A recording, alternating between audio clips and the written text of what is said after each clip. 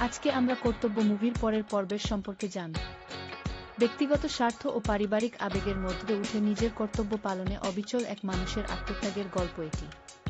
পেশাগত দায়িত্ব এবং রক্তের সম্পর্কের মাঝে যখন এক চরম দ্বন্দ্ব উপস্থিত হয়, তখন সে কঠিনতম সিদ্ধান্ত নিতে বাধ্য হয়। অন্যায়কারী নিজের প্রিয়জন হলেও আইনের হাত থেকে তাকে রেহাই না দেওয়ার এক কঠোর মানসিকতা গড়ে ওঠে। এই সংঘাতময় পরিস্থিতিতে একদিকে হৃদয়ের রক্তক্ষরণ, অন্যদিকে কর্তব্যের কঠোর দাবি পুরো গল্পটিকে অত্যন্ত গম্ভীর ও আবেগঘন করে তোলে।